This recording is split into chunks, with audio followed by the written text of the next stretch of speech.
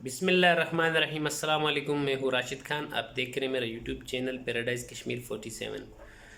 उम्मीद करता हूँ तमाम नाजरीन अल्लाह के फजल करम से ठीक ठाक होंगे। तो तमाम नाजरीन से सबसे पहले मेरी गुजारिश है कि अगर आपने मेरे चैनल को सब्सक्राइब नहीं किया तो चैनल को सब्सक्राइब कर लें और साथ में बेल आइकन को प्रेस कर दें ताकि आने वाली तमाम अपडेट्स आप तक पहुँचती रहे। तो नाजरीन आज हम बात करेंगे दो दो मौजू पे। एक, कुछ मेरे दोस्तों का, कुछ नहीं बहुत सारे मेरे दोस्तों का ये सवाल है और ये सोचना है कि हम लोग अभी जा रहे हैं आउट पास पे और 2 साल के बाद वापस आ जाएंगे।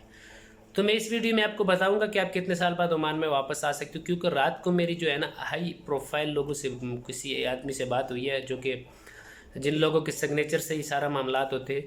और दूसरी बात कि एयरपोर्ट पर और कोरोना टेस्ट, यानी कि एयरपोर्ट पर आपको कैसे इंटर होना है, कहाँ से जाना है और कहाँ तक जाना है और कहाँ पे आपका प्रोसेस पूरा होगा, और कोरोना टेस्ट आपको कहाँ से बेटर रहेगा करवाना। तो जो आउट पास वाली बात है वो हम करेंगे आखिर में, क्योंकि वो आखिरी बात है। और जो कोरोना टेस्ट वगैरह जो है वो हम लोग उसकी बात करेंगे पहले। तो सबसे पहले मैं दोस्तों को बताऊंगा कि आप कोरोना का जो टेस्ट है ना गोबरा दारक शफा से करवाएं, क्योंकि वहाँ पे 23 रियाल का टेस्ट हो रहा है। और आप अगर पीआईए की फ़्लाइट से सफ़र कर रहे हैं, पीआईए की एयरलाइन से सफ़र कर रहे हैं, तो आपको कोरोना टेस्ट की स्टैंप जो मिनिस्ट्री की है, वो मिनिस्ट्री ऑफ हेल्थ की है, वो नहीं चाहिए।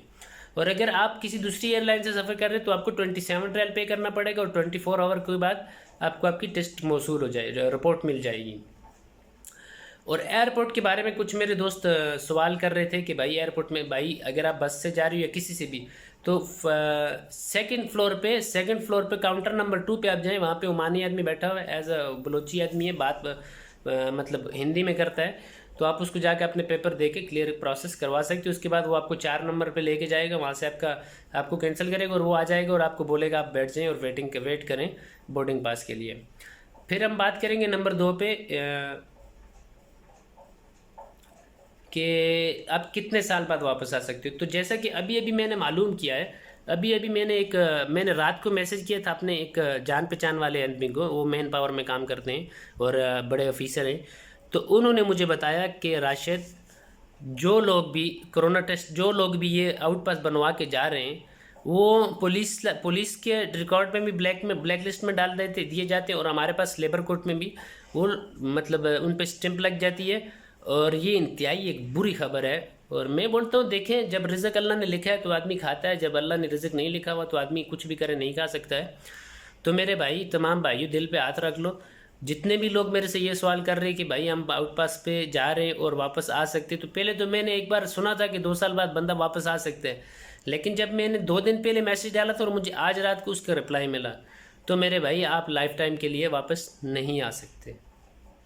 कोई भी बंदा जो आउट पास पे ओमान छोड़ कर जा रहा है, फॉर एवर वो ओमान में दाखिल नहीं हो सकता, क्योंकि उसका रिकॉर्ड ब्लैक लिस्ट में डाल दिए जाते हैं। तो आप तमाम मेरे भाइयों से गुजारिश है, अगर वीडियो अच्छी लगी तो वीडियो को लाइक कर दें।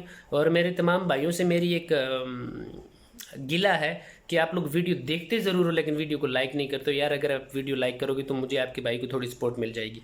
तो वीडियो ज़्यादा लंबी हो रही है तो लंबी नहीं करूँगा। 3 दिन से मेरे सर में दर्द, और दुआ करें आज मेरा कोरोना टेस्ट कल हुआ पास हो जाए। और इसी के साथ इजाज़त चाहूँगा।